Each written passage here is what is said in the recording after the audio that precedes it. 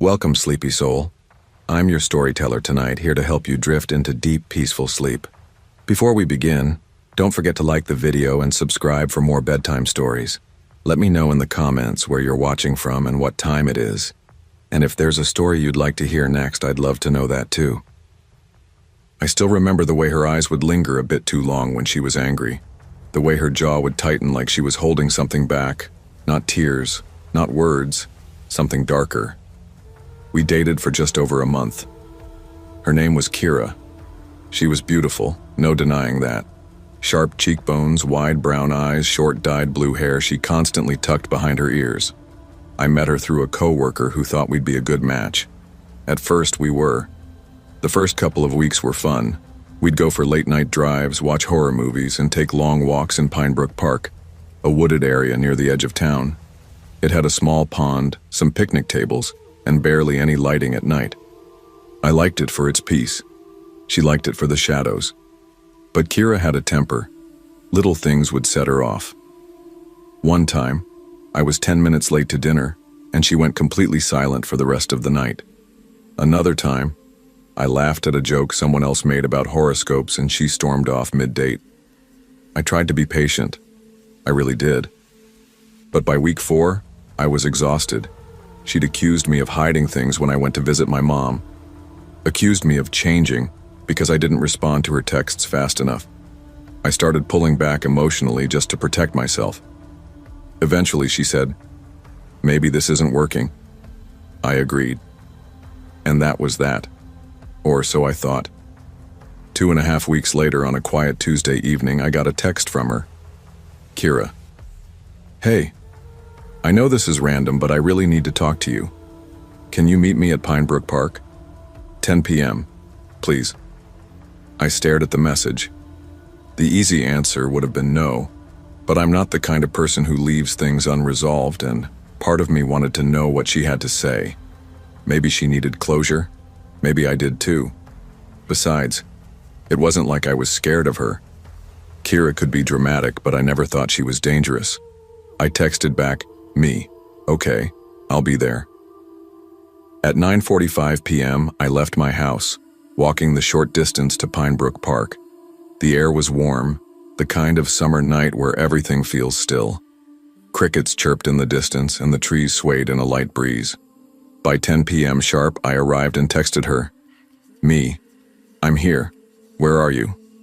A moment later, she responded, "Kira, go to the picnic table near the woods, you know the one." That part of the park was always a little darker. The woods made it cooler, quieter, almost too quiet sometimes. But I knew the spot well. We used to sit there for hours talking. I made my way there, the gravel crunching beneath my sneakers. The moon wasn't full, but it was enough to see by. The path curved and opened into a clearing with a single table, half covered in leaves. "Kira?" I called out. No answer. I stepped closer. "Kira?" Still nothing. I reached for my phone to call her. That's when I heard it. The rustling, coming from the trees behind me. Not the light flutter of leaves in the wind. Heavy movement, footsteps. I turned around. A man stepped out of the woods. He was huge. Had to be at least 6'5", wearing dark clothing and a ski mask. He didn't say anything. Just started walking toward me. "Hey, what the hell?" I backed away. "I don't know what this is, but..." He charged. I turned and ran, gravel flying under my feet. I barely got 10 steps before he tackled me from behind. The impact knocked the air from my lungs. My cheek scraped the dirt. "Help!" I yelled, but the sound was muffled by his gloved hand clamping over my mouth. He started punching me, hard, fast. I tried to fight back, but he was too strong. My ribs throbbed, my vision blurred. "Don't move," he said in a deep voice, calm like he'd done this before. He took my wallet, my phone, and my keys. Then, as if that wasn't enough, he slammed my head once into the ground, then ran, disappearing back into the trees. I laid there stunned, blood in my mouth, gravel pressed into my palms. I wasn't unconscious, but I wanted to be. Eventually, I forced myself up. Stumbling back toward the road, I realized I couldn't even get into my house. My keys were gone. No phone to call anyone. My ribs felt bruised. I limped 2 blocks and banged on my neighbor's door, a guy named Ethan, who opened it in a panic. "Jesus," he said, "what happened to you?" I told him everything in fragments while he called the police. The cops arrived about 20 minutes later. They were professional but skeptical, until I mentioned Kira. They asked me to forward the texts. Ethan helped pull up the messages through his phone using my cloud backup. "She lured you there?" the officer said. "Intentionally?" "It seems like it," I said. "She picked the location, disappeared. Then this guy shows up." They nodded, scribbling in their notebooks. "Do you have any reason to believe she might have done this before?" "No," I said. "But she's not mentally stable. She always had this temper, and she didn't take the breakup well." 3 days later, they arrested both Kira and the man. Turns out his name was Trevor Hensley. He was Kira's ex, a guy she claimed had left the state long ago. But he hadn't. He was very much still in town, and still very much in her life. The cops pieced it together. Kira had convinced Trevor I had used her, broken her heart, lied to her face. Whatever she told him, it was enough to make him agree to attack me. She lured me to the park. He waited in the trees. The rest played out exactly how they planned. Kira admitted to some of it, claimed it was just supposed to be a scare tactic. Said Trevor took it too far. But she never apologized. Not once. I never got my phone or wallet or keys back. They dumped them somewhere, they said. Lost. Replaced easily enough. But the trust? That was another matter. I changed the locks, got security cameras, stopped going for walks at night. For weeks, I jumped at every sound outside my window. The part that haunts me the most isn't the tackle or the punches or even the moment I saw the mask. It's how calm her message was. "Please, I really need to talk to you." Like she cared. Like she didn't know I'd be bleeding on the ground 10 minutes later. I've been on a few dates since then. But I don't walk to parks at night anymore. And I don't answer messages from exes after dark. Once trust is broken that badly, even sunlight feels suspicious. And that's something no lock, no cop, and no apology can ever fix.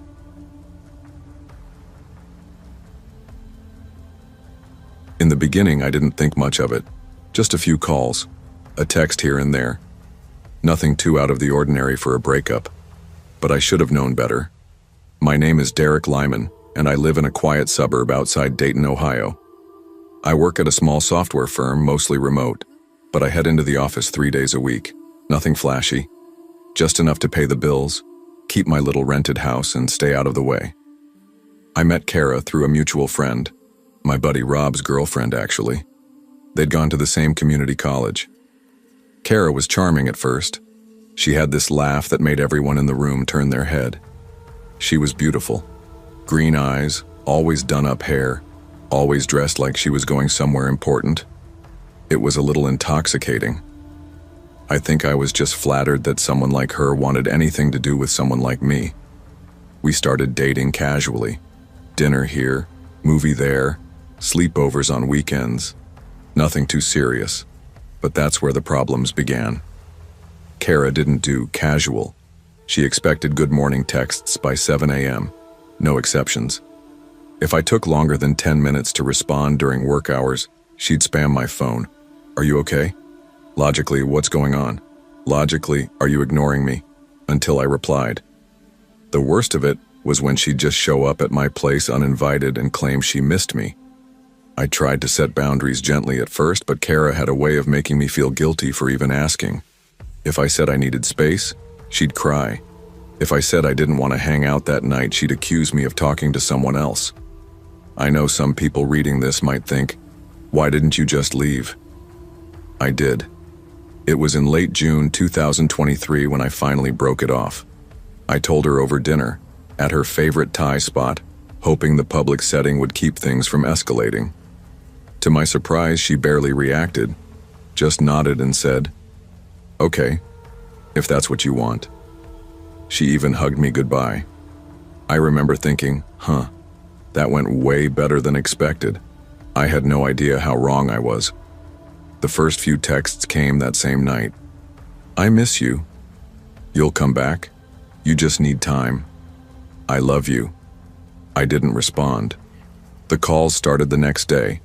1 or 2 at first, then 5, then 12. I picked up once and she started crying immediately, begging me to come over and fix this. I told her it was over and I needed space. I can't do this without you, she said. I hung up. By the end of July, I had blocked her on everything: phone, socials, email. I told Rob what was going on, and even he seemed surprised by how intense it had gotten. He promised to talk to his girlfriend and see if she could help Kara move on. Things went quiet for a while. Too quiet. August 2nd, 2023. I came home from work, put my bag down, and saw glass shimmering across the floor in my front hallway. At first, I thought my cat had knocked over a lamp or something. Then I looked up. My front window was shattered. Not cracked, not chipped. Shattered, like something heavy had been thrown through it. My stomach dropped. I froze for a second. Everything in me screamed, "Get out of the house." But I also couldn't ignore the possibility that someone might still be inside. I grabbed the small bat I kept by the door and checked every room, heart pounding like a war drum. Nothing. No signs of forced entry other than the window. No drawers rifled through. TV still there. Laptop still on the coffee table. Nothing was stolen. Just the window. I filed a police report.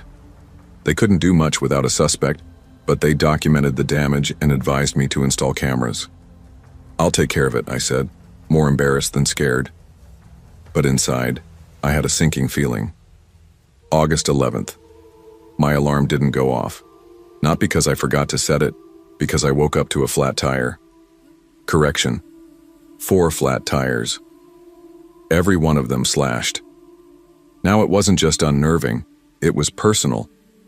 I didn't want to believe Kara could go this far, but who else could it be? I'd never had any other enemies, no bad breakups, no arguments with neighbors. I unblocked her number and texted, "I know what you did. Stay away from me." No response. I sent another, "You're going to get arrested. I've already told the cops." Still nothing. I didn't sleep well that night. By the time August 17th rolled around, I had cameras installed, motion lights up, and a stronger deadbolt on the front door. I tried to pretend life was normal, but I was always on edge. I jumped at every bump in the night, slept with my phone under my pillow, kept the bat closer than ever. At 3:18 a.m., I was jolted awake by the sound of shattering glass. Again. This time I didn't hesitate. I ran out of the bedroom, flipped the hall light on, and saw the back window above the kitchen sink completely destroyed. Glass everywhere, curtains fluttering in the breeze. I didn't even grab the bat this time. I bolted outside, scanning the yard. Nothing. Just shadows and my own breath clouding the air. I called the police. Again. They arrived 10 minutes later. 2 officers, Officer Wilkins and Officer Mendez. They asked the same questions. I told them everything. Again. This time I begged them to check the house themselves. I told them I was done playing guessing games. So they did.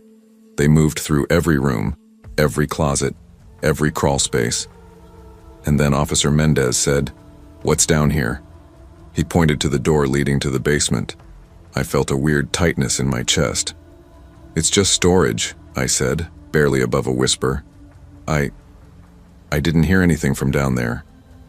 They went down. A full 5 minutes passed. Then I heard Wilkins call out, "Sir, we need you to come here." My legs felt like jelly. I descended the steps slowly.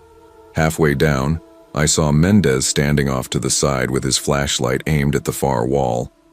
Wilkins had Kara in cuffs. She was sitting on an overturned bucket, hands behind her back, hair in a messy bun, face pale, mascara smeared down her cheeks. She didn't say a word. They asked me if I wanted to press charges. I said yes. She had broken into my home, damaged my property, and stalked me for weeks. I wasn't sure what she planned to do that night, but the fact that she had returned, inside my home, after all that, made it clear that things were only going to escalate. They found a key in her purse, a copy of my house key. I still don't know how she got it. Later, I learned from Rob that she had been spiraling. Her mom was worried. She'd stopped going to her job, stopped showering, obsessed over old photos of us, told her friends we were still working things out. I wish someone had warned me sooner. Kara was eventually put on probation and court-mandated therapy. I moved, changed jobs, got a new number, even switched to a P.O. box for all my mail. It's been almost a year now. Every time I hear a window creak or my motion light turns on, my chest tightens. I sleep light. I double-check my locks. Sometimes I wake up thinking I heard her laugh. Other times I wake up from dreams of the basement. There's nothing romantic about obsession. There's nothing sweet about not letting go. Love doesn't shatter your windows. Love doesn't hide in your basement at 3 a.m. Sometimes silence doesn't mean they've moved on. Sometimes it means they're watching. And sometimes they're already inside.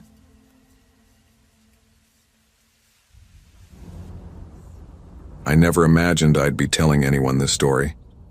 Not because it was a secret, but because it still doesn't make sense, even to me. And if it doesn't make sense to me, how can I explain it to someone else? But I need to try. I need to get it out. Not for sympathy. Just clarity. It started 2 years ago when I was living in Leeds.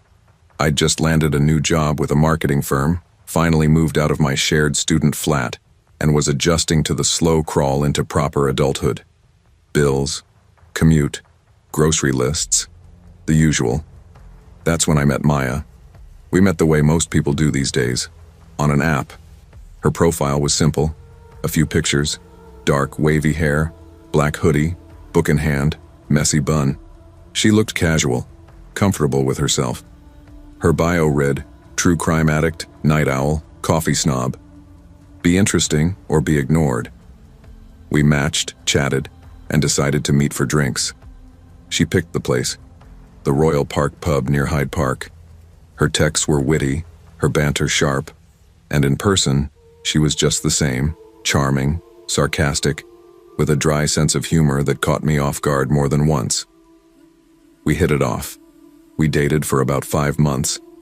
It wasn't serious, not in the meet the parents kind of way, but it wasn't casual either. We spent weekends together, had inside jokes, sent each other memes and stupid voice notes in the middle of the night. She could be intense, sure, but I chalked that up to passion. She didn't like being ignored. And if I didn't text her back fast enough, I'd get passive-aggressive messages like, "Guess you died, R.I.P., let me know when the funeral is." It was funny the first few times.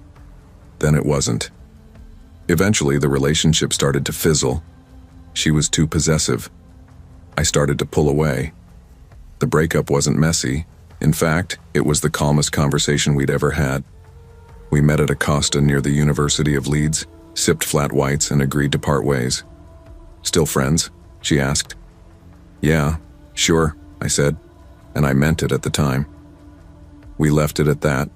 We didn't really talk after. Maybe a casual text now and then, checking in. Nothing weird. That was until she texted me 7 months later. It was late August. I'd just come back from a short trip to visit family in Manchester when my phone buzzed. Maya. "Hey. Random, but can I ask you something weird?" Me. "That depends." Maya. "I'm in kind of a situation. I have to move out of my flat and the next lease doesn't start for another 5 days. Could I crash at yours? Just until then?" I stared at the message for a long time. Part of me was suspicious. Why me? We hadn't really spoken in months. The other part of me, the part that hates conflict and likes being helpful, answered before I could think too hard. Me. "Yeah. Couch okay?" Maya. "Absolutely. You're a lifesaver." I told myself it was temporary. I worked long hours anyway. I figured we'd barely cross paths. She showed up the next evening. She had 2 bags and a smile, wore a plain black hoodie and jeans. No makeup, hair pulled back like always. "Hey stranger," she said, stepping inside without hesitation. "Hey, welcome back. I joked. We did a quick catch-up in the kitchen, jobs, dating disasters, weird housemates.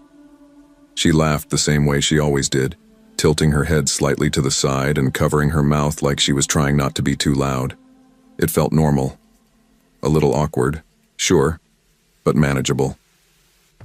I set her up on the couch with a spare duvet and pillow. She thanked me, then pulled out a book and started reading as I went to my room. I closed the door behind me and let out a breath I didn't realize I was holding. That night I went to bed around 11. I remember drifting off easily. It had been a long day and my body was sore from the drive. But at some point in the middle of the night I stirred. Something felt off. It wasn't a sound that woke me. More like a shift in the atmosphere. Like I wasn't alone.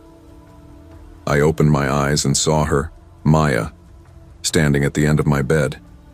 Just standing there. The room was pitch black, but the streetlight outside cast faint lines through the blinds, just enough to see her silhouette. I blinked hard. Thought maybe I was dreaming, but I wasn't. I could see her face, and it wasn't blank. It was angry. Number not just angry, it was hateful. Maya, I whispered. She didn't move. Didn't flinch. You okay? Nothing. I sat up slowly. She stepped back. I watched as she turned without a word and walked out of the room, quietly closing the door behind her. I sat there, heart racing, for a long time.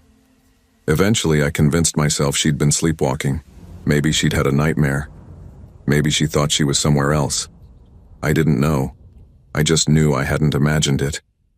The next morning, I brought it up as casually as I could while pouring cereal. Hey, did you come into my room last night?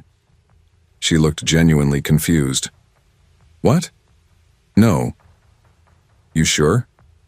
You didn't sleepwalk or anything? She laughed. I've never sleepwalked in my life. I nodded, shrugged, let it go. But I didn't sleep much that night. The next night was worse. I woke up again, sometime around 2 a.m. I sat up immediately this time, heart already pounding. The end of the bed was empty, but the doorway wasn't. She was there again, just her head, peeking around the corner. Eyes locked on me. Same look, pure malice. I sat frozen. We made eye contact for maybe 10 seconds. Then she disappeared again. A full minute passed, and then her face appeared once more. Maya? I said louder this time. She pulled back and shut the door. I stayed awake until morning. She left later that day. Said her new flat was ready early. She packed fast, barely said goodbye. Thanks again, she said, smiling like nothing had happened. You're a good one. And then she was gone. I should have been relieved. But I wasn't.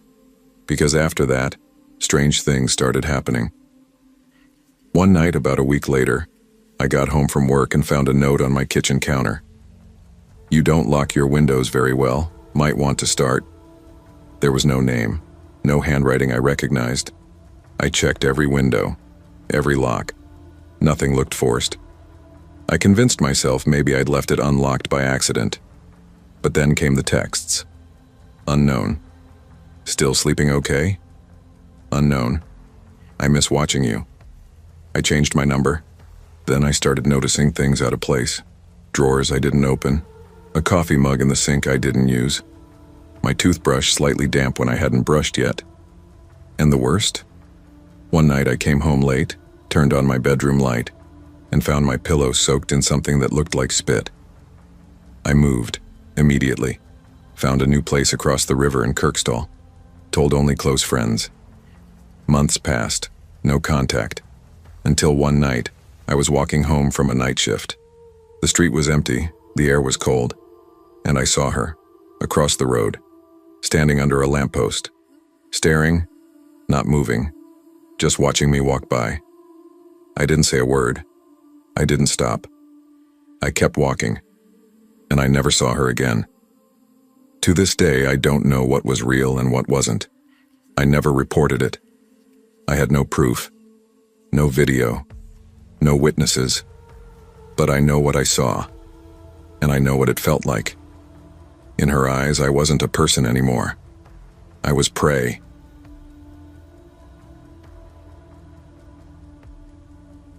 I never thought I'd see her again. That's not the start of a ghost story or a poetic way to describe regret. I mean it literally. After 3 years, no messages, no mutual friends, and her completely vanishing off social media, I figured she was long gone from my life. Her name was Madeline Quinn, and 3 years ago we were inseparable. We met at a dive bar in Henderson, just outside Las Vegas. She was quirky, intense but magnetic, the kind of girl who'd show up at your apartment with sushi and a disposable camera, saying she wanted to capture us forever. For 5 months, it was fire. Then it turned to ash. At first, the little things started. Dozens of texts a day, questions like, "Do you still love me?" Or, "Are you sure I'm enough?" She'd ask that repeatedly, sometimes crying during dinner if I didn't say it fast enough. It wasn't just neediness, it was obsession. And when I finally broke it off, I tried to do it gently. I didn't want to hurt her, but the damage had already taken root. Her final message to me the day we broke up still haunts me. "Take care, honey. Let's meet in 3 years. I'll be better then." Then she blocked me, changed her number, moved out of her apartment, no social media trail, vanished like smoke in the Vegas wind. 3 years passed. I wasn't the same guy anymore. I just turned 30, got promoted at my tech job downtown. I was dating someone new, Erin, a kind, grounded woman who worked as a nurse at Sunrise Hospital. Life was good. We talked about moving in together, maybe even getting a place in Summerlin, until one Thursday night in late September, the kind of dry, eerie desert night when the sky is dark but the air feels electric. There was a knock on my door. Not the doorbell, a knock. Slow, rhythmic, almost cautious. I was watching a game on mute, half asleep on the couch, and got up thinking it might be a delivery. I opened the door, and there she was. Madeline. My brain short-circuited. I literally stepped back in reflex, like I'd just seen a ghost. But what shocked me more wasn't that she had found me. It was what she looked like. She was unrecognizable. Her jaw, gone, or maybe reshaped so unnaturally it looked like it caved inward. Her nose was unnaturally sharp, pointed like glass, and her cheekbones were protruding under stretched skin. Her eyes, once a soft hazel, were unnaturally wide, the lids pulled back tight as if frozen in fear or madness. Only one thing let me know it was her: the tattoo on her neck. A small cursive script that read, "You have to love me." I had watched her get it inked on a drunken night years ago. She had said, "Now you can't ever forget." She stared at me, unblinking. Then, suddenly she lunged. Her hands were ice cold around my throat and she was screaming, "How do you like my face now? Do you love me yet?" Her mouth barely moved, twisted at an odd angle. Words came out slurred, like her tongue no longer sat right inside her mouth. I shoved her off me and slammed the door shut. She started pounding on it with both fists. I called the police. My hands shook as I explained. The cops arrived quickly. This was Las Vegas after all. They've seen it all. But even they were rattled when they found her still standing outside, quietly whispering to herself. They told me later she'd been staying in a motel not far from downtown and had been seen wandering near my office building a few times. That night I barely slept. The next morning I got a call from Detective Harlan from LVMPD. He told me that Madeline had undergone more than 100 unlicensed plastic surgeries in the past 3 years, all under fake names, across different border towns and even in Mexico. Her records showed she paid cash. No paper trail. The surgeries weren't just cosmetic. They were extreme. Bone shaving, eye widening, jaw dislocation, cartilage extensions. Some procedures were completely illegal, outlawed due to the dangers involved. One surgeon reported that she brought in pictures of celebrities, mannequins, anime characters, even Barbie dolls, and begged him to make her perfect. When they asked her why, all she kept saying was, "He said he didn't love me, But if I'm perfect, he will. 3 nights later, I found a note on my porch. It was folded neatly, no envelope. Please come to my place one last time, then I'll leave you forever. Address, 1451 Wesley Avenue, Unit B, North Las Vegas. I should have burned the note. Instead, curiosity got the better of me. Closure, maybe, or just guilt. So I went. The house was tucked behind an abandoned laundromat, part of an old duplex that looked like it hadn't seen a tenant since 2001. I parked on the street. The door was slightly open. The sun was setting behind the hills, throwing long shadows across the crumbling sidewalk. I knocked. No answer. "Madeline?" I called out, heart pounding. Then I saw it. A silhouette in the living room. A woman, tall, unmoving, standing perfectly still under the single ceiling light. I stepped inside slowly. "Madeline?" Then it spoke. "Do you love me now?" The voice wasn't coming from the figure. It was coming behind it. The figure itself wasn't human. It was a life-sized Barbie doll. Synthetic blonde hair, plastic smile, dead eyes. Someone had sewn real eyelashes onto it, put fake nails on its hands. Its face was painted with real makeup. The eyes looked wet, glossed over. Then Madeline stepped out from behind the doll. She was holding its hand, and a large kitchen knife in her other. Her eyes were wild, her lips stretched, cracked and raw from surgeries. It's not the looks, right? It's the part, right? That's what matters. She began walking toward me, slowly at first, then lunging forward with the doll still in her grip. She screamed, "Love me now. Love me or I'll put your heart inside her." I dodged. The knife grazed my arm. I stumbled back and ran. Out the door, across the yard, into the street. A neighbor saw me and called 911. She was arrested that night. When they searched the house, they found 6 other dolls, all styled in different ways. Some were labeled with names. Perfect Madeline, Love version 3, Angel Girl. But the worst thing they found was in a journal under her mattress. Page after page written in red ink, all the same sentence. "He'll love me if I become everything." They also found surgical tools. And one note, taped to the wall. "If I can't have his love, I'll build a body that will." Madeline was diagnosed with a severe psychiatric condition, a combination of body dysmorphia, delusional disorder, and obsessive love disorder. She was committed to a psychiatric facility indefinitely. I moved. I couldn't stay in Vegas after that. Aaron tried to help me cope, but I started shutting down. The trauma ran deeper than I expected. I kept seeing that doll in my dreams, the fake smile, the plastic skin. People say love makes you do crazy things, but sometimes obsession disguises itself as love. And when someone believes that your love is the only thing that can fix them, they'll tear themselves apart, and you too, just to feel whole again.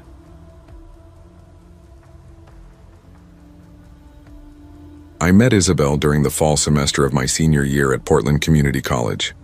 She wasn't in any of my classes, but I saw her constantly, at the library, on the quad, walking past the gym after my late class. Her face was hard to forget. She had that rare, timeless kind of beauty that made people stare, not flashy or attention-seeking, just angelic. Pale skin, honey brown hair that caught the sun just right, and soft, distant eyes, like she was always thinking about something no one else could see. People noticed her, sure, but they didn't go near her. I found out why a few weeks into the semester, during lunch with my friends at the student cafe. "You know that girl Isabel?" my buddy Tyler asked, nodding toward the window.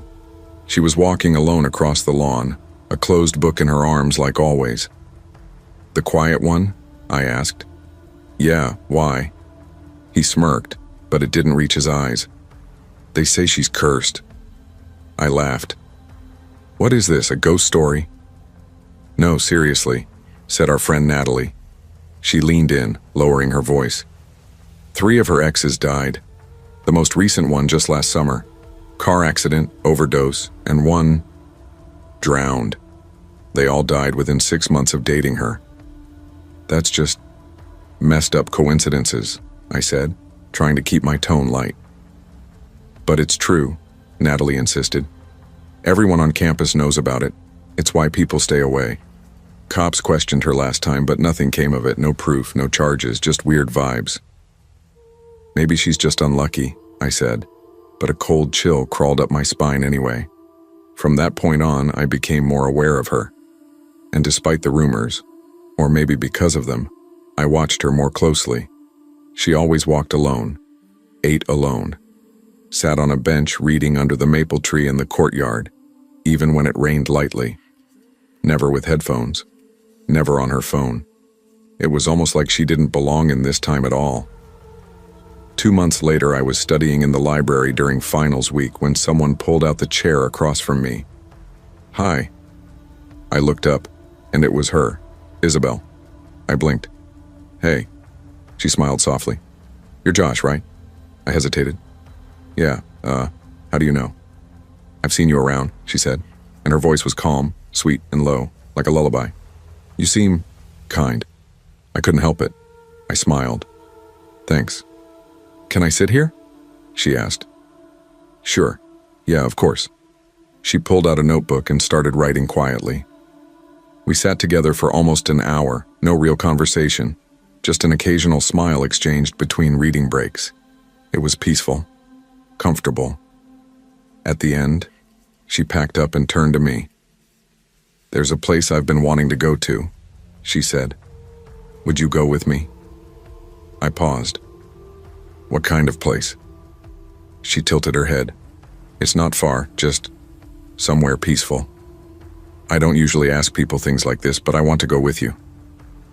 My brain flashed with the stories, the rumors, the 3 dead guys. But looking into her eyes, she looked so sincere, so lonely. "Sure," I said before I could overthink it. We started dating not long after that. It was slow at first. A coffee here, a walk around Laurelhurst Park there. She never used social media. Didn't even have an Instagram. Her phone was old, cracked, and barely used. She read a lot of spiritual books, mysticism, religion, New Age stuff. I asked her once what she believed in, and she said, "I believe that heaven is real, that it's not far, not in the sky, just very close, but only some people can reach it." I thought it was poetic nonsense, but she said it with such conviction, like it was fact. Despite all the warnings, I found myself drawn to her, addicted even. Her presence was soothing. She was gentle, calm.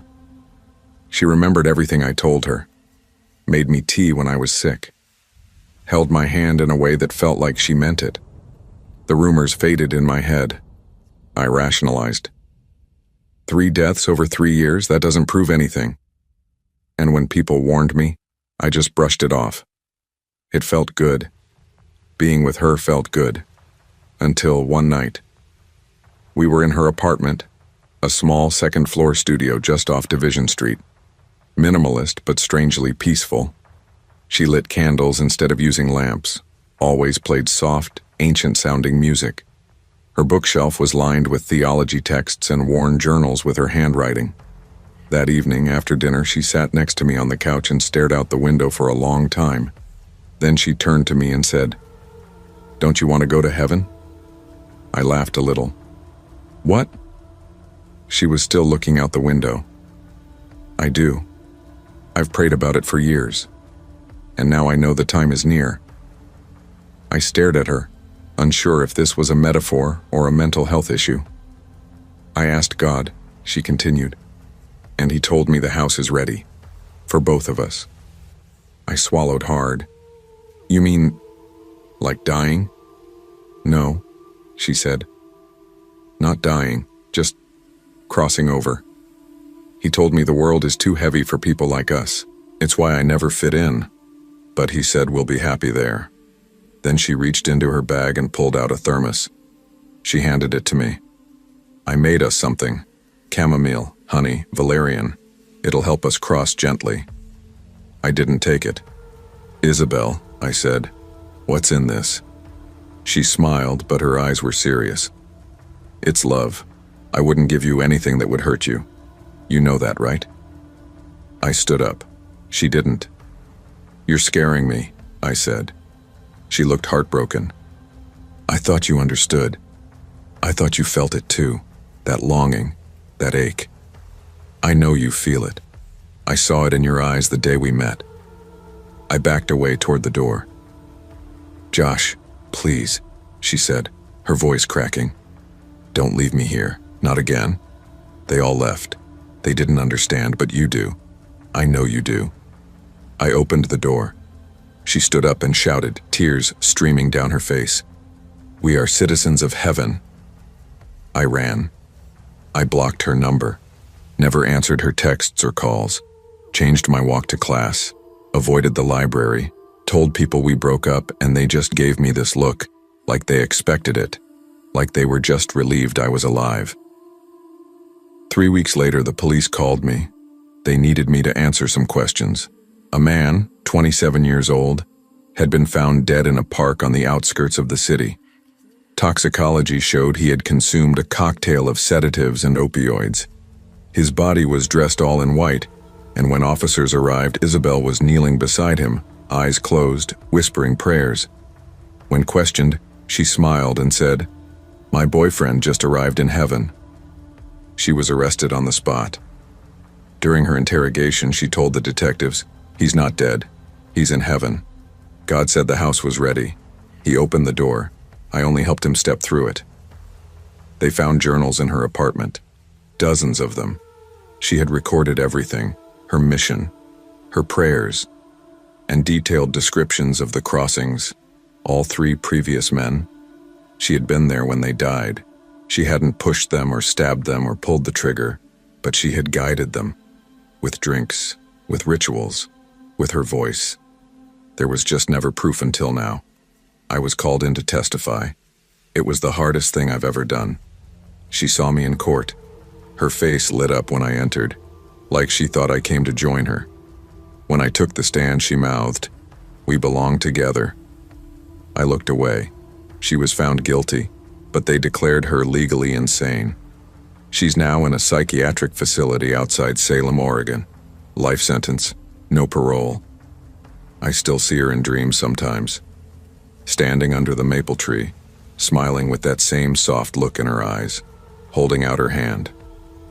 "Come with me," she says. And behind her there's a house glowing white in the distance. I always wake up before I answer, but for a moment I wonder, what if it really is there? What if she wasn't insane at all? What if heaven is real, and I left her at the gates?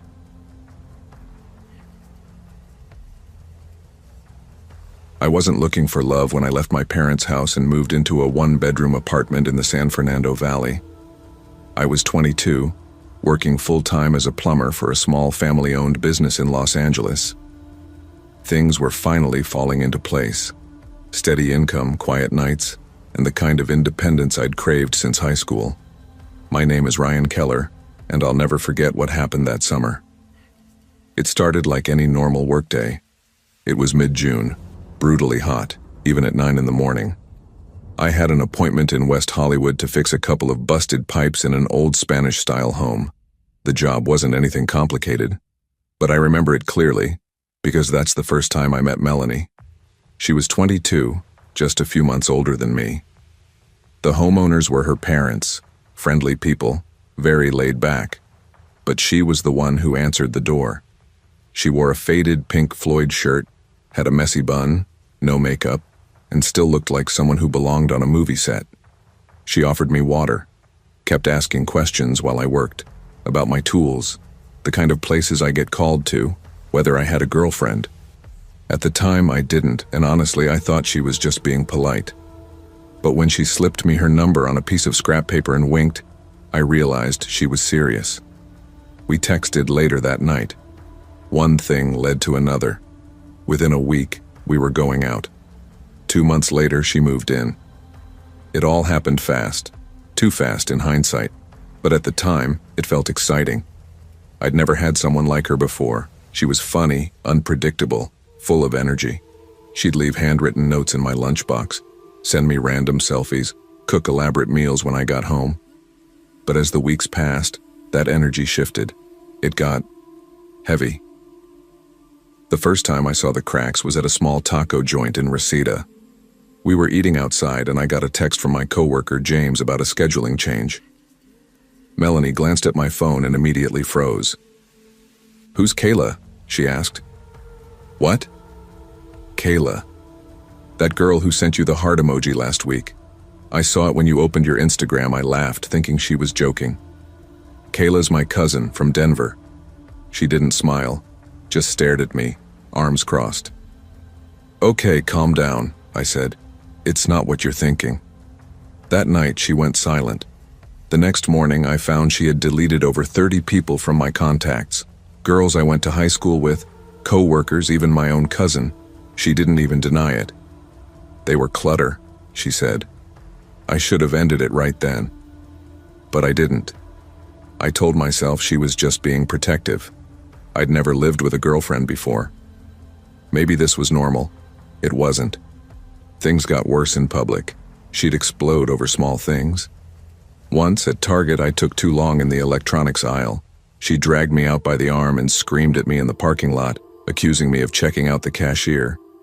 Another time, at a friend's BBQ, she accused my best friend's fiancé of flirting with me because she laughed at one of my jokes.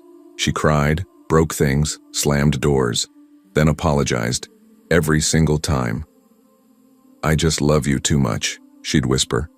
"I'm scared of losing you. Please don't ever leave me, Ryan." After 3 months, I couldn't take it anymore. I told her I needed space, that it wasn't working, that I was always anxious around her, always walking on eggshells. She stared at me like I'd spoken a foreign language. Then she threw her glass at the wall, locked herself in the bathroom for 2 hours, and finally came out calm. "Okay," she said. "I'll leave." She packed her things slowly, like she was waiting for me to stop her. I didn't. She kissed me on the cheek before walking out the door. That should have been the end. It wasn't. The harassment started the next day. Rocks hit my window at 2 a.m. I looked outside and saw nothing, but when I stepped out, I found a crumpled note under my doormat. It said, "You said you'd never leave me." That week, I found her car parked down the street every night. She'd just sit there, engine off, watching. Sometimes for hours. When I called the cops, she vanished before they arrived. Every time. 2 weeks later, I came home to find her inside. She was in my kitchen, barefoot, holding one of my mugs like it was the most natural thing in the world. I froze. "How did you get in?" She smiled. "You never changed the locks, Rye. Did you forget I have a key?" I didn't want to escalate things. I stayed calm, told her I was tired, asked her to leave. She did. But 2 nights later, I came home to find writing on my walls. At first it was pencil. "Come back." Then it turned into red Sharpie. "I'll never let you go." Then it got worse. Blood. I swear to God. She had cut open her arms and used her fingers to write my name over and over again across the bathroom tiles. The cops came. They took photos, filed a report. But since she had already left and I hadn't seen her actually break in, they said they couldn't arrest her. I changed the locks that night, upgraded to a security system the next day. But Melanie wasn't done. She started showing up at my parents' house in Burbank. One night around 1:30 a.m., my mom woke up to a soft tapping on the window and saw Melanie standing outside, tapping the glass with a kitchen knife, just smiling, dead silent. My mom had a panic attack. My dad called the police, but again, Melanie was gone by the time they got there. That was the last straw. I started sleeping at my parents' place, kept my phone on silent, stopped going to work for a week. I was exhausted, terrified. I filed for a restraining order, but those take time. Weeks, months sometimes. The final night changed everything. It was 2:13 a.m. I remember because I looked at my phone the moment I heard the noise. Tap, tap, tap on the bedroom window. I got up, walked to the curtain, and there she was, Melanie. Pale, sunken cheeks, wild eyes, big grin. She looked like she hadn't slept in days. She didn't blink. "Come out," she whispered. I could hear her, clear as day. I stormed out the front door, heart pounding, and shouted at her. "Melanie, stop this. Stay the hell away from me and my family." She didn't move. Then she screamed, and a long, high-pitched, broken scream, and charged at me with a knife.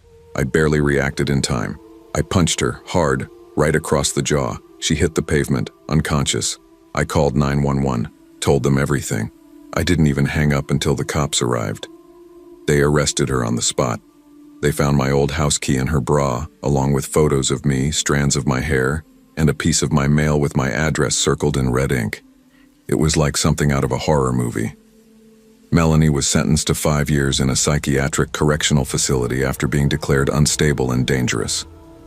The court mandated long-term treatment due to her history of violence, stalking, and self-harm. We moved. My parents sold their house. I left the valley. Changed my number, my car, everything. I'm in San Diego now, working for a different company. Quiet apartment, few friends, no relationships. I still don't sleep well. Some nights I wake up to the sound of tapping, even when it's nothing. Just wind. But I always check, because Melanie's sentence will end in less than 2 years. And I know she hasn't forgotten me. I don't think she ever will. She ever.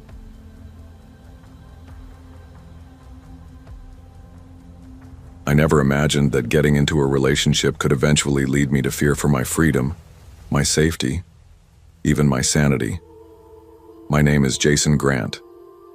I'm 26 now, married, and a proud father of 2. But 6 years ago, my life was a complete mess. Back then I was 20, a mechanic working long shifts at a garage just outside of Knoxville, Tennessee. I had recently moved out of my parents' house, finally trying to build a life of my own. That's when I met Sierra. At first, Sierra seemed like a dream. She was 22, smart, beautiful, and passionate about music. We met at a local open mic night. She sang, "I fixed the soundboard that wouldn't stop buzzing." She thought that was cool. I thought she was magnetic, and for the first couple of months everything was fine. Better than fine.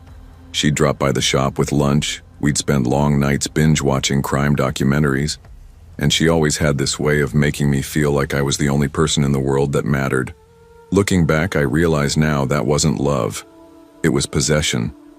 The first red flag came barely 3 months into our relationship. I'd made plans to catch a movie with my friend Malik, someone I'd known since middle school.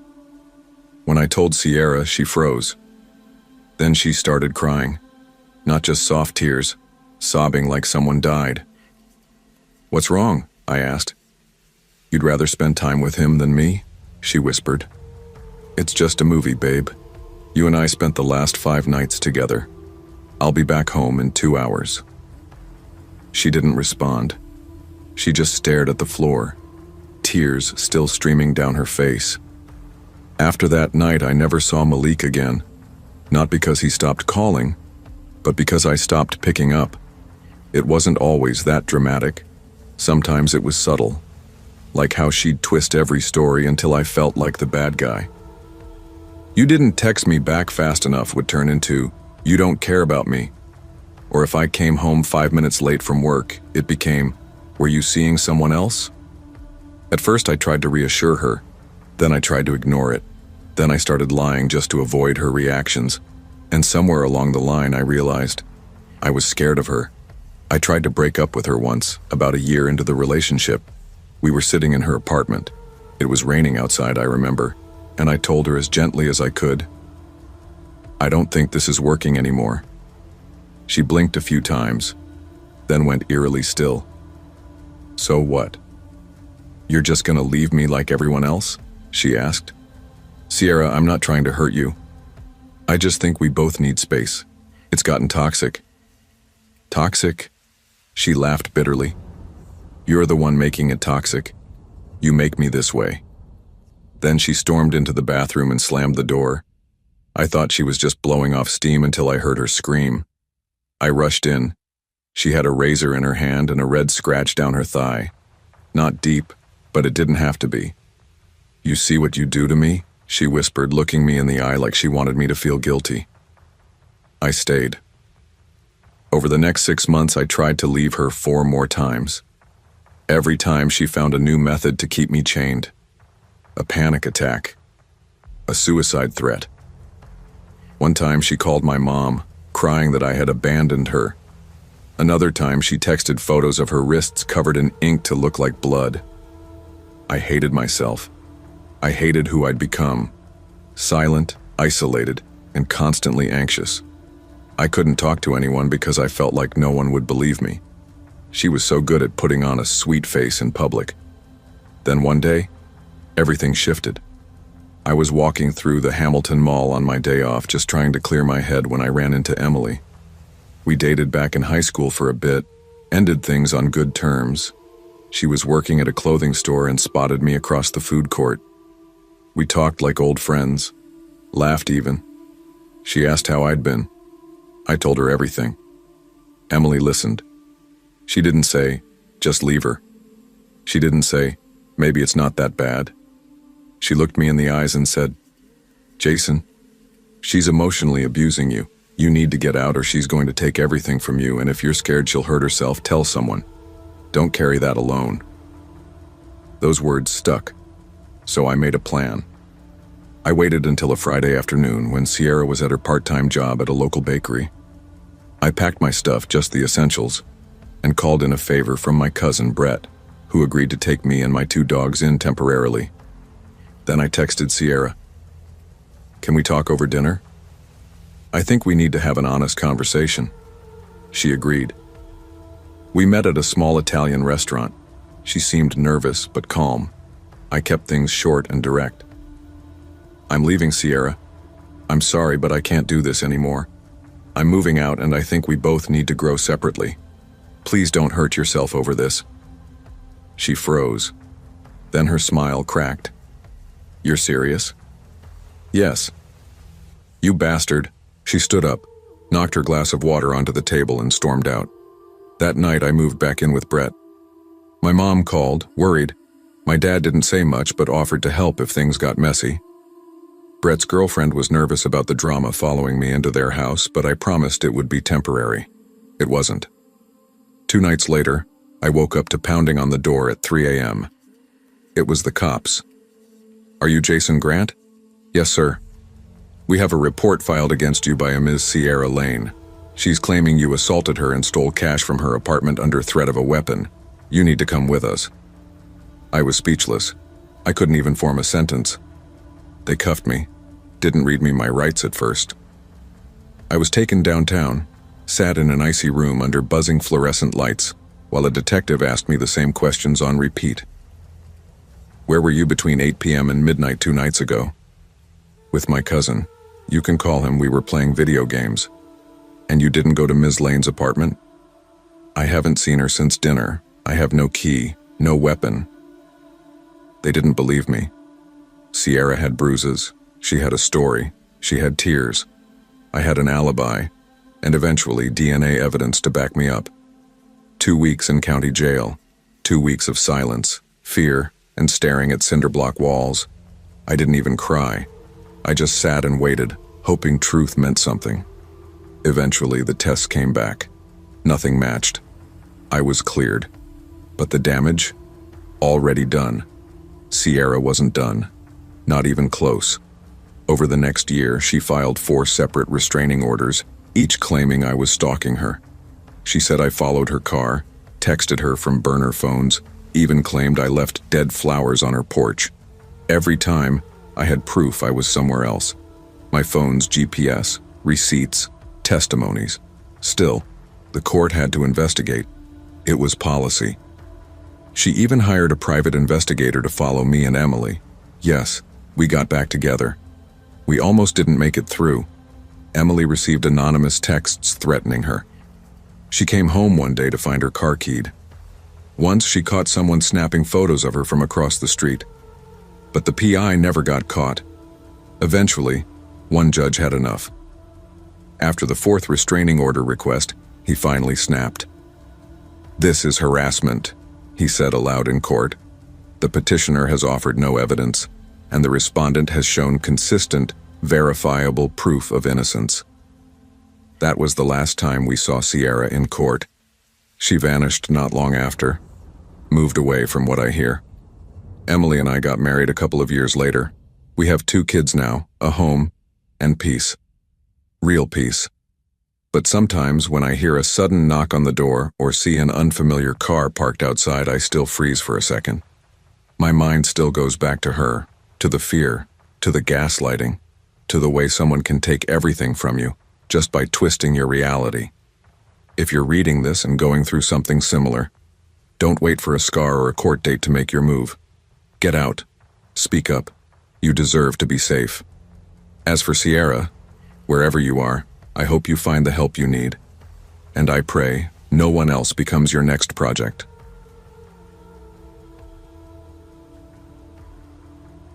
I never believed in the supernatural.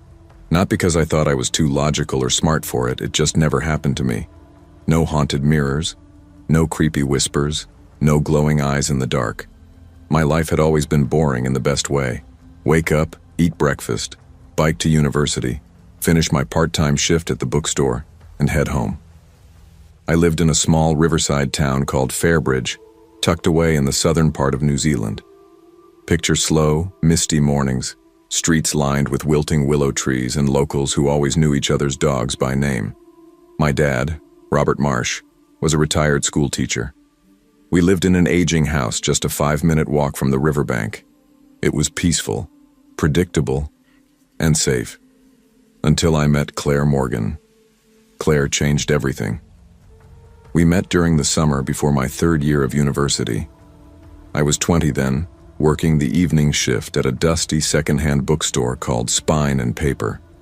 Claire came in wearing this vintage gray coat, black boots, and a scarf wrapped way too tightly for the mild weather. She looked like she belonged in another decade.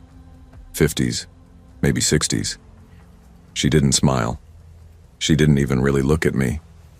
She just said, "Do you have any books on lucid dreaming?" Her voice was soft but firm, and for reasons I couldn't explain, I instantly wanted her to stay longer.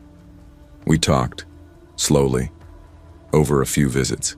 First about dreams, then about music, then about how she never liked technology and still used a flip phone. She was odd in an enchanting way. After about 3 weeks, I asked if she wanted to grab coffee sometime. She said yes without hesitation. That was how it started. Our first date felt different. I can't describe it better than that. We walked by the river at sunset. She didn't talk much, but when she did, her words were intense, like she was always halfway through some deep thought. "I used to sleepwalk," she said, watching the water. "My parents would find me standing outside, just staring." "That's creepy," I laughed. She looked at me, dead serious. It was. Something about her fascinated me. Maybe it was the mystery, or maybe I was just lonely. I hadn't dated since high school, and Claire, she was beautiful in an old world kind of way. Long dark hair, pale skin, the way she never wore makeup but somehow looked ethereal. We started spending more time together. She never wanted to meet in crowds, never wanted to go to restaurants or pubs, always quiet parks, empty fields, or my house. I found it romantic at first, like we were the only 2 people in the world. But slowly, the strangeness started creeping in. Claire never let me visit her place. She said it was too messy, but I never saw so much as a photo of her home. She also refused to use social media, and I never met her parents or any of her friends. One night, we were lying on the grass behind my house, staring at the stars like we often did. She whispered, "Do you believe souls can be split?" I thought she meant metaphorically. "I guess," I said. "Like, people not knowing who they really are?" "No," she said, turning to me. "I mean literally. Like, what if someone's soul broke in half, and one part stayed behind?" I didn't know what to say. Then she added, "Sometimes I feel like part of me doesn't belong here." I thought it was just poetic talk, maybe trauma. I didn't push her on it. Looking back, I should have. It was early October when it happened. Claire had stayed late at my house, and around 11:30 p.m. she said she wanted to walk back. I offered to walk her halfway, but she refused. "No one's out this late," she said, smiling. "It's peaceful." I watched her disappear down the road under the flickering streetlight. Not 15 minutes later, I got a call. Not a phone call. It was a knock on my window, not the front door, my bedroom window, the one facing the backyard. I jumped. When I pulled the curtain, no one was there, but a chill ran through my entire body. I don't know how long I stood there, heart pounding. Then I got a text from Claire. "I need you to come to the river. Now please." No punctuation, just those 10 words. I didn't even change out of my pajamas. I ran. The river wasn't far, just through a small wooded path behind the old community hall. I knew it like the back of my hand, but that night the air felt wrong, heavy. When I reached the clearing, the moon was casting a weird shimmer on the water. And then I saw her, Claire, standing by a tree near the water's edge, head down, hair hiding her face. "Claire?" I called. She didn't respond. I took a step closer, then another. She slowly raised her head, and I swear to God my stomach turned inside out. It wasn't Claire, or it was, but not fully.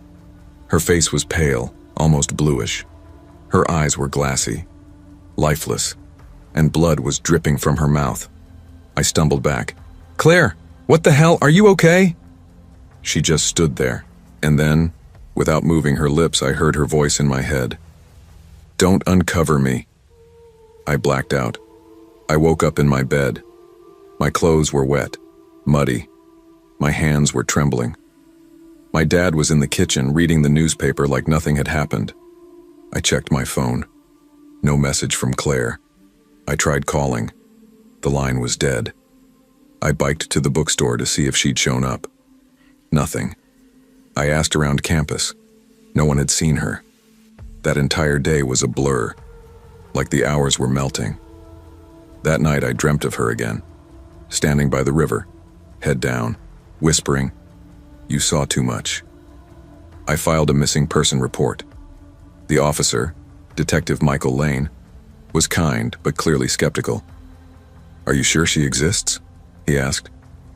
"No phone number, no address, no photos. You said she didn't even use social media." "She's real," I said firmly. "We've been dating for almost 2 months." He nodded slowly. "Well, we'll look into it." But I could see it in his eyes. He didn't believe me. No one did. I started digging. Old town archives, historical records, anything I could find about the river, the tree, the stretch of land where I saw her. And I found something. An old article from 1964. Local woman drowns after alleged possession. Claims of witchcraft denied by family. Her name was Clara Morgan. Same last name, same face.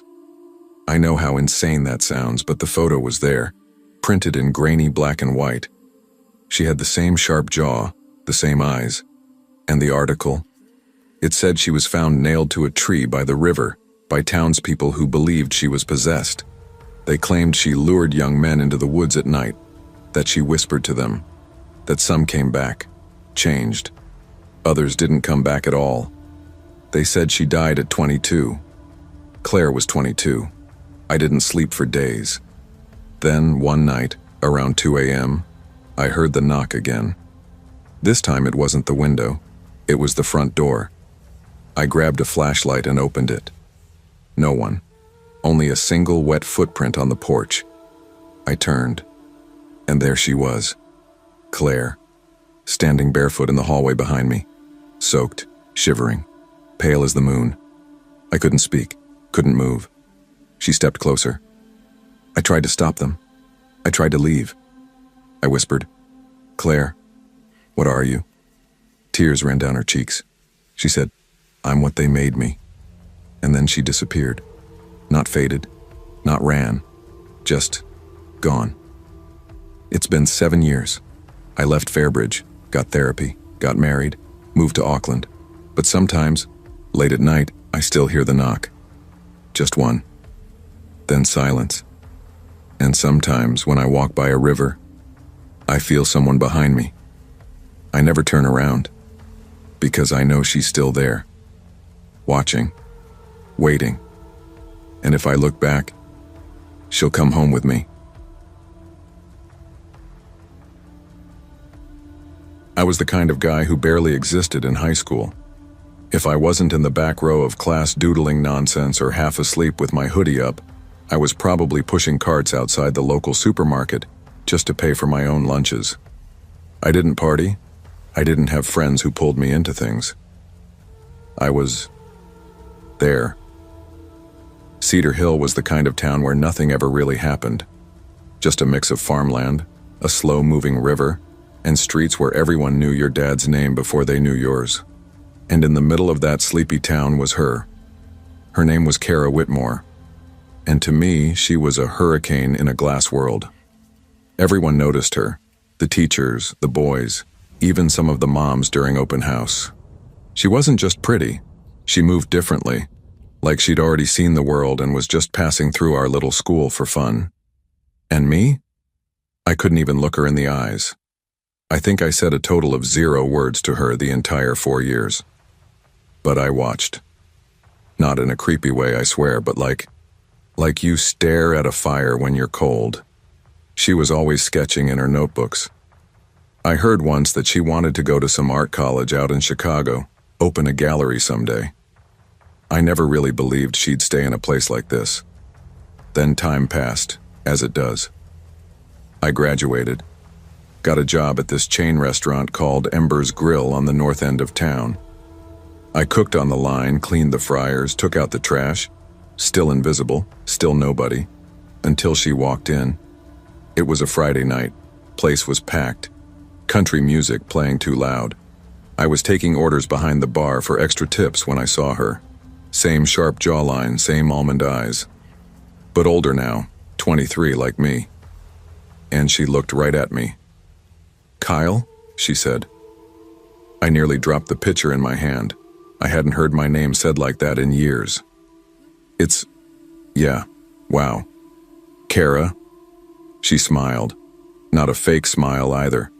It was warm, even nostalgic. "You're working here? That's crazy. You were in my class, right? You sat behind me in world history?" My heart was pounding. How the hell did she remember that? Before I could answer, this guy slid into the booth next to her. Broad shoulders, confident smirk. Ryan Wells, football captain. My old classmate too. He gave me a nod like we were friends, but I could see the way Kara leaned toward him. It stung. I took their order, made some small talk, and went back to the bar. But the whole night, my head was spinning. Over the next couple of weeks, she came in again, and then again. Sometimes with Ryan, sometimes with friends. But once, just once, she came alone. That was the first time we really talked. She asked about my life, what I'd been doing, told me she never did make it to art school, said something about her mom getting sick and needing to stay home. She'd been helping at her uncle's framing shop now, just off Miller Street. We laughed about dumb teachers. She remembered my name, remembered I liked science fiction books. She even asked if I still drew.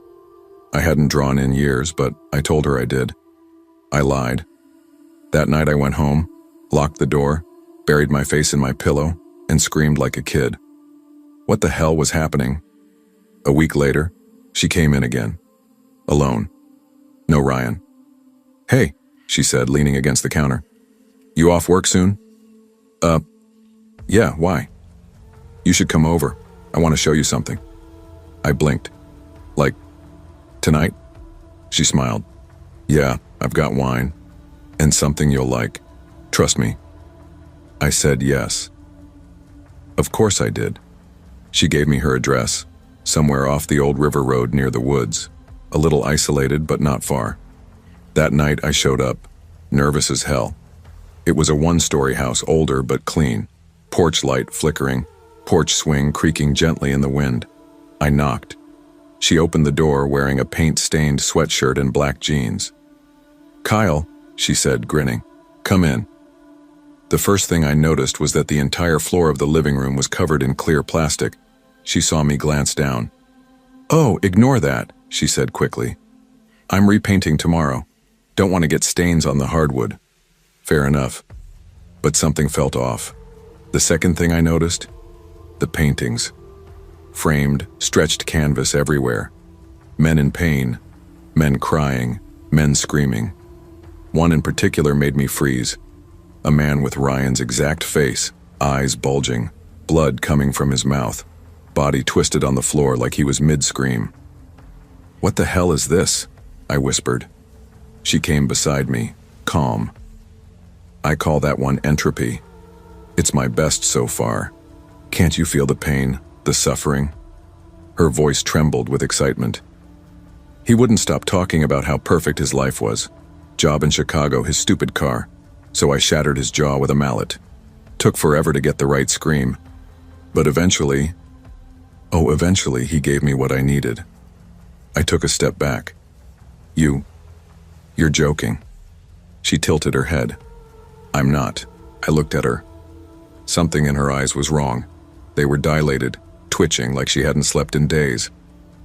I turned toward the door. She laughed, soft and cold. "You haven't even seen the others." I spun back. 4 other paintings, each one of a man I'd never met, but all in agony. One had spiders crawling over him. One had his limbs tied to ropes. Another was mid-fall with knives stuck in his back. "Art," she said, "is purest when it's honest, and humans are only honest when they're dying." I said nothing. My knees locked. My mouth went dry. She turned and walked toward the kitchen. "You know that quote? Art is pain. It's not just a metaphor. It's the truth." When she came back, she was holding a frozen medieval mace, the kind you'd see in a museum. "Kyle," she said, her voice sweet as syrup, "it's your turn. I've been planning your painting for days." I bolted. She swung the mace and narrowly missed my head. It smashed against the doorframe, sending wood flying. I crashed through the front door, slipped once on the porch plastic and rolled off the steps. She screamed after me, "Come back! I haven't finished your portrait." I ran into the night, didn't stop until I reached the main road. Called the cops with shaking fingers. They raided her house the next morning. Found blood in the bathtub. A locked freezer in the garage with 4 bodies. One of them confirmed as Ryan Wells. She'd beaten him to death with a hammer. The other 3 were never reported missing. Just drifters, out-of-towners, disposable. The paintings? Each one matched a corpse. She was arrested, charged with 4 counts of first-degree murder and sentenced to life without parole. I didn't leave my bed for a week. Didn't talk to anyone. Sometimes I think about that night. How close I came. If I'd tripped on the plastic, if I hadn't unlocked that damn door fast enough, I'd be a painting, a masterpiece. But not for the reasons anyone would be proud of. And I never draw anymore. Not after that. I don't want to know what lies behind the frame.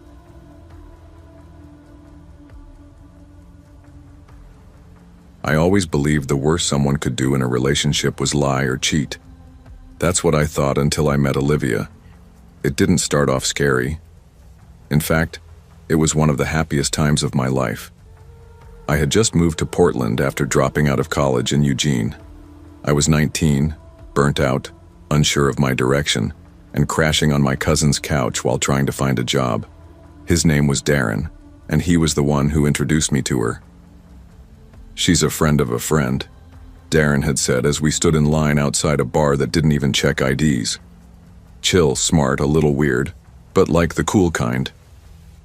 I was instantly intrigued. I hadn't dated in almost a year. I had trust issues from my last girlfriend and didn't think I'd be able to connect with anyone again. Then I saw her. Olivia wasn't the kind of girl that made everyone stop and stare. She wasn't flashy or overly made up. But she had this calm intensity. Deep hazel eyes, thick black hair pulled into a messy bun, a black leather jacket over a faded Bauhaus t-shirt. She looked like she had secrets, and I wanted to know every one of them. We hit it off fast. Too fast. She laughed at my jokes. She listened like no one ever had.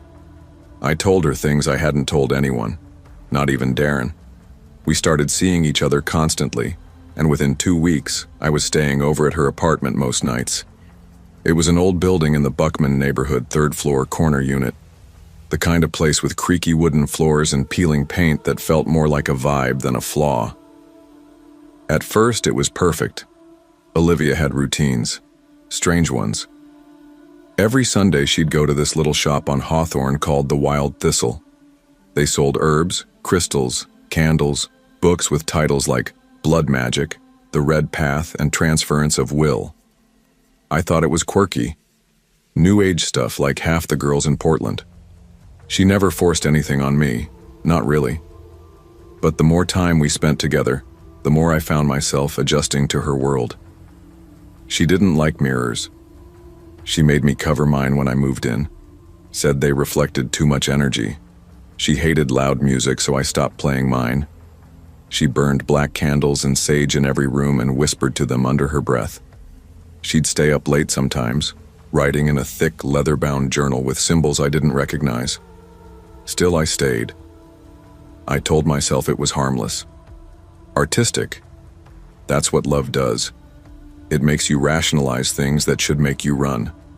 About 2 months in, she asked me to dye my hair black. I laughed, thinking she was joking. She wasn't. "You'd look more aligned," she said. I didn't know what that meant, but I wanted to make her happy, so I did it. Then she suggested I grow a beard, said it would ground me. Then came the clothes. Dark, heavy layers, strange jewelry she made me wear. It didn't happen overnight, but piece by piece, I became someone else. Even my voice changed. I started talking slower, quieter. Not because she told me to, but because she looked at me differently when I did. Darren noticed before I did. "Bro, you good?" he asked one night when I met him for coffee. "You look like you haven't slept in a month, and your vibe is off." I shrugged it off. But deep down, I knew something wasn't right. The worst part was, I didn't care. It was a rainy Tuesday night when Darren came to visit. I hadn't seen him in months. Olivia said he gave her strange feelings, so I stopped inviting him over. But he showed up unannounced, said he was worried, said I didn't answer his texts. "I thought you moved or something," he said, standing in the hallway, soaked and shivering. Olivia was out. I let him in. "You want coffee?" I asked. He blinked.